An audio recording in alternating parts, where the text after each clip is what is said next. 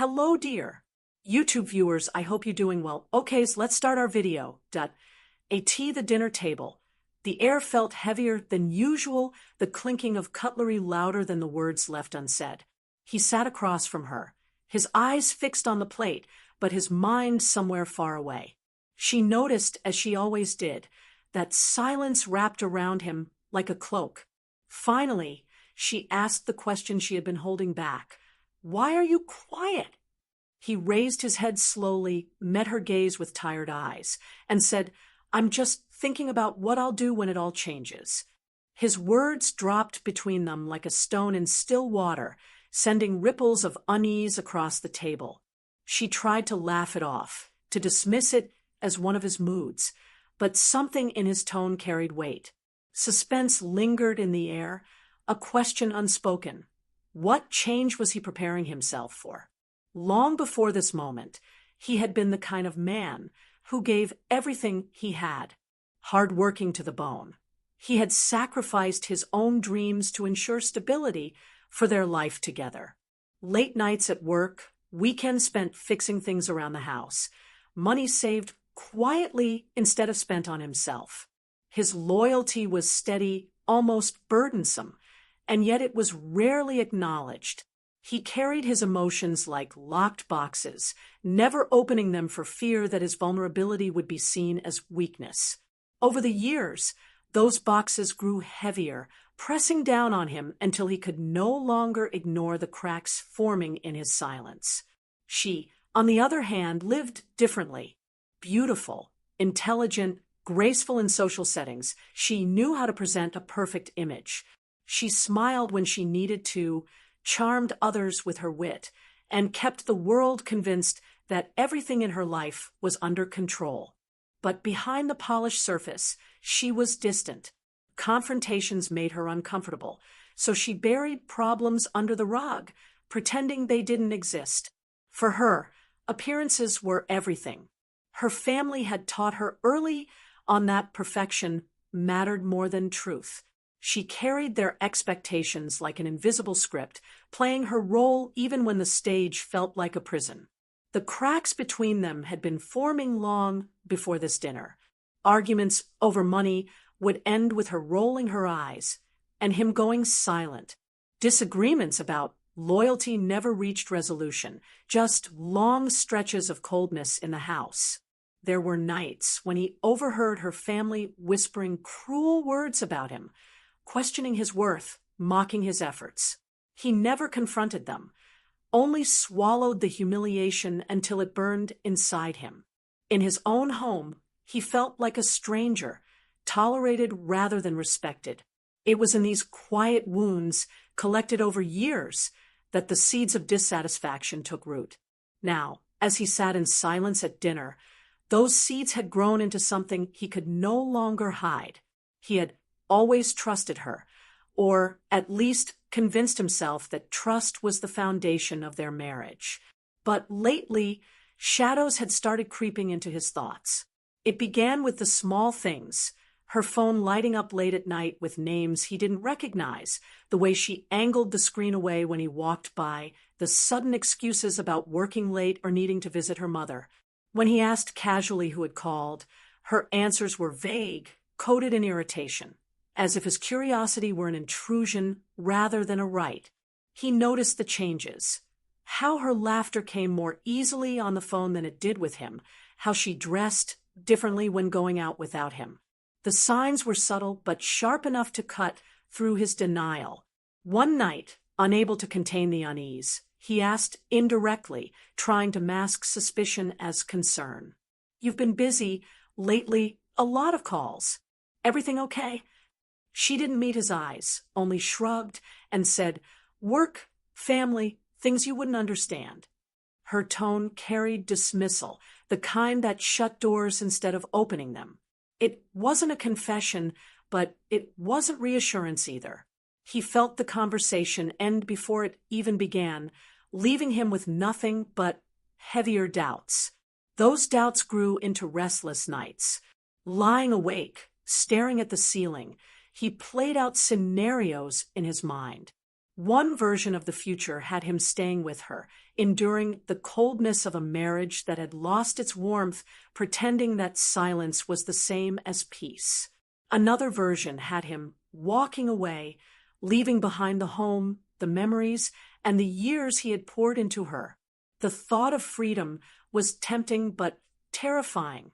What did a man like him have left outside of this marriage? Was he strong enough to start over, or would he be forever defined by what he had lost? Loyalty held him in place, but dignity whispered that he was already broken. The tug of war between the two left him exhausted night after night. The breaking point came not at home, but in public. They had gone to a family dinner, a gathering where every smile was rehearsed and every word was weighed. He sat quietly, as usual, listening more than speaking. At one point, a relative made a cutting remark about him, not earning enough, not being ambitious compared to others. He waited, hoping his wife would defend him, say something, anything to show she was on his side.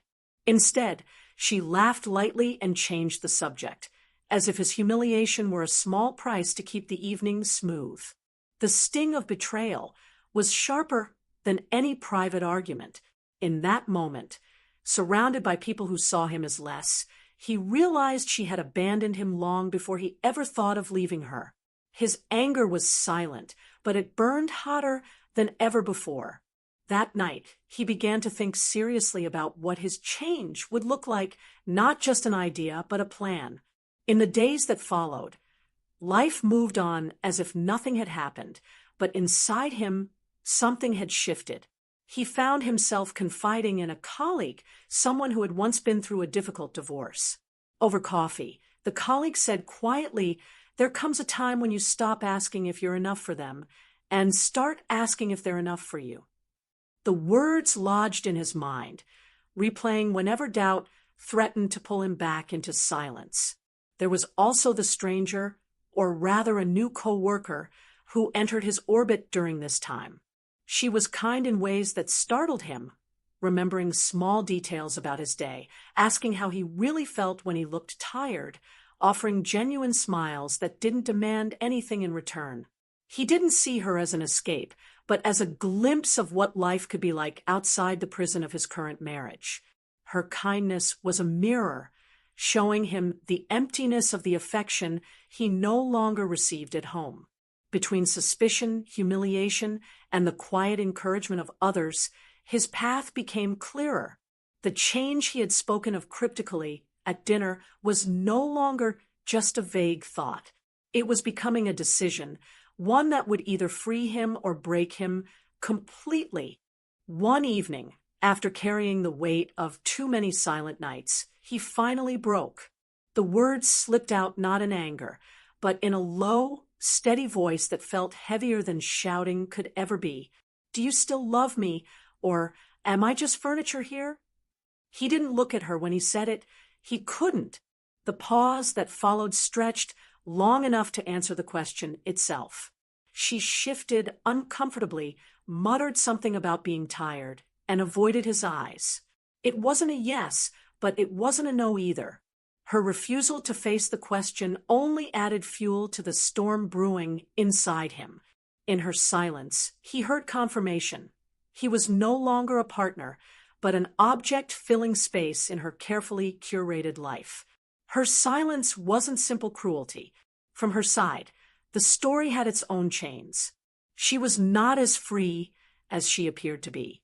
Raised in a family where image was everything, she had been taught that appearances were more important than feelings.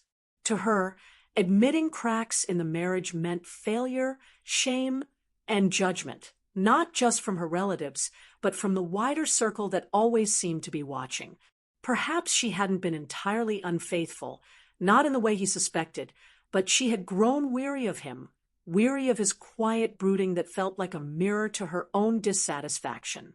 She wanted affection, validation, and excitement, things she no longer sought from him because she believed he couldn't give them. And yet, she also couldn't bring herself to speak the truth.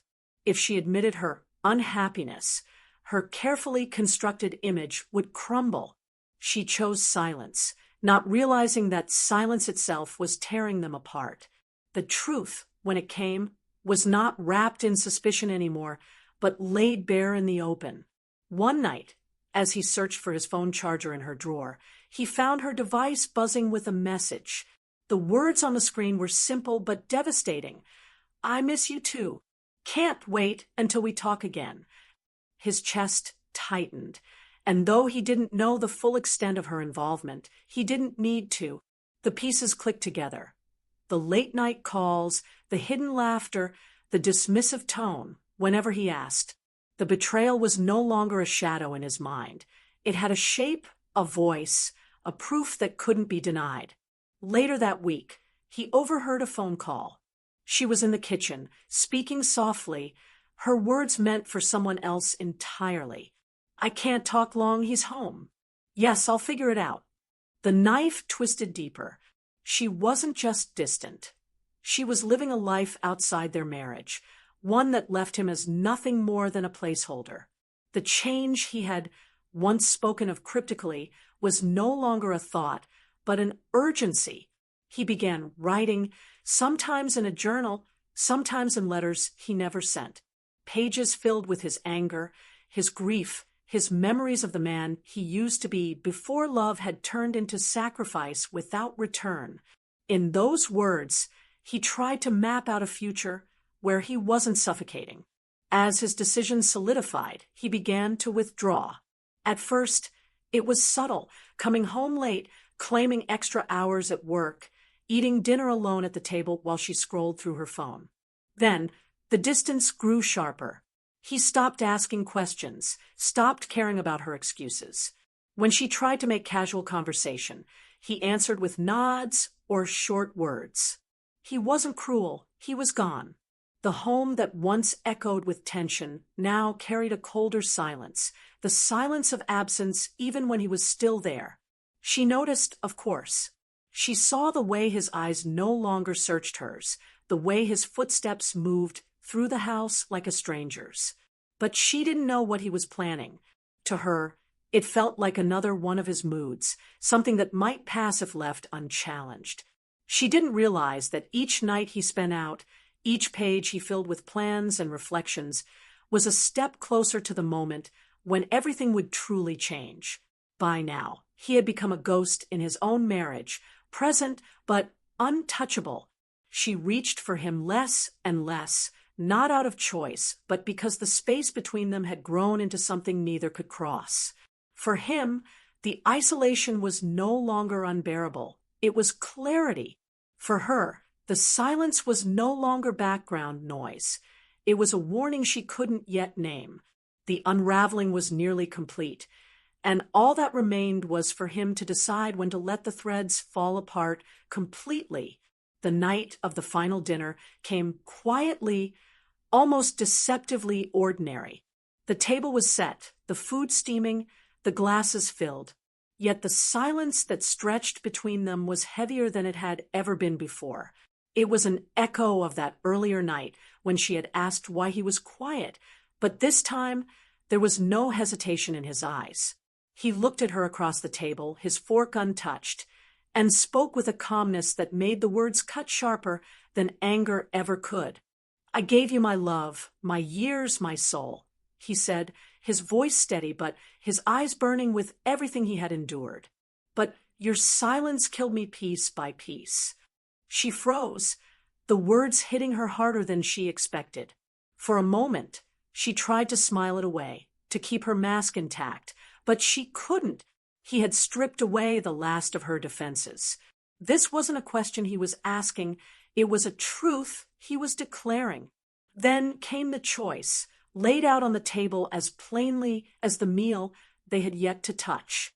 "We can try to rebuild," he continued, his tone unyielding, "but it has to be with honesty.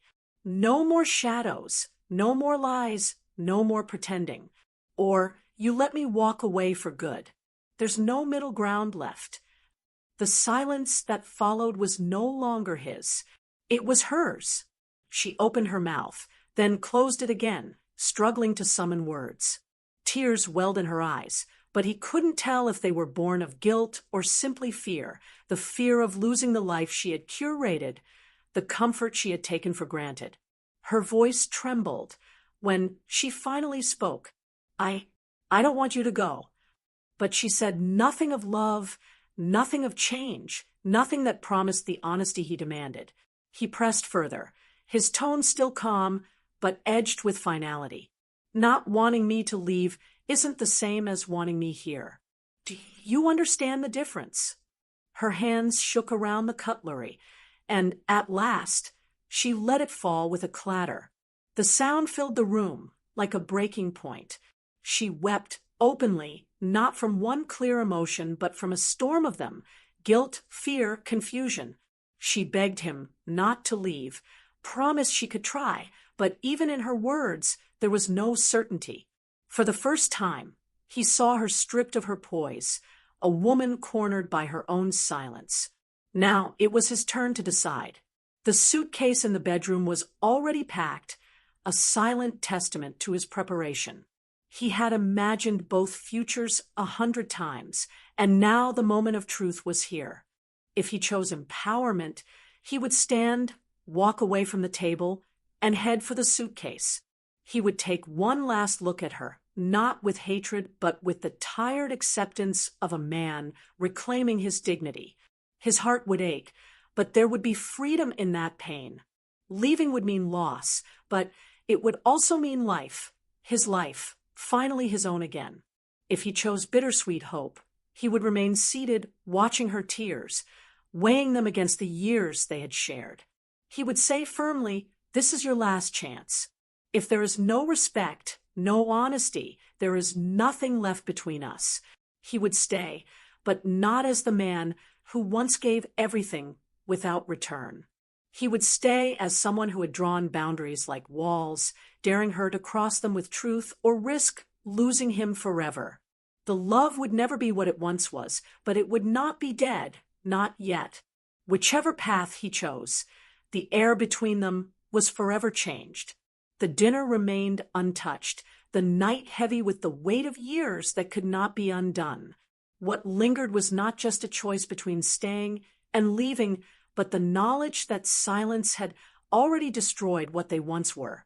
All that remained was what he would become after it. If he left, the night ended with the sound of the suitcase, wheels rolling across the floor. The door closed softly, not slammed, and with it, a chapter of his life finally ended. The new home he found was small, quieter than he was used to, but the silence no longer suffocated him. It felt clean, like breathing fresh air after years underground. He was scarred. There were nights he still woke with the memory of her laughter meant for someone else, but he was also free. In that freedom, he discovered something he had almost forgotten: himself. He realized that sometimes endings are not failures, but beginnings disguised in pain. If he stayed, the house remained full, but the air between them was permanently altered. They shared meals, shared routines, but no longer shared the same innocence of trust.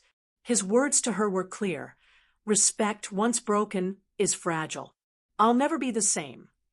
She tried, in her way, to rebuild, to patch the fractures, but he knew the cracks would always be visible. He stayed not out of blind love, but out of the hope that something stronger might rise from the ruins. Yet even in staying, he held firm to his boundaries, unwilling to surrender his dignity again. Whichever ending unfolded, the meaning was the same. The change he had spoken of at dinner was not about her choices, her silence, or even her betrayal. It was about himself. It was about reclaiming the pieces of him that had been lost in years of compromise, humiliation, and neglect. The change was the moment he decided he would no longer suffer quietly, no longer let his life be defined by another's silence. He chose dignity over silence, action over suffering. In that choice, he found the courage to live again. Whether alone or beside her, he had already stepped into a different life. Thanks for watching. For more videos, please subscribe. Our channel, Awesome Visual Story.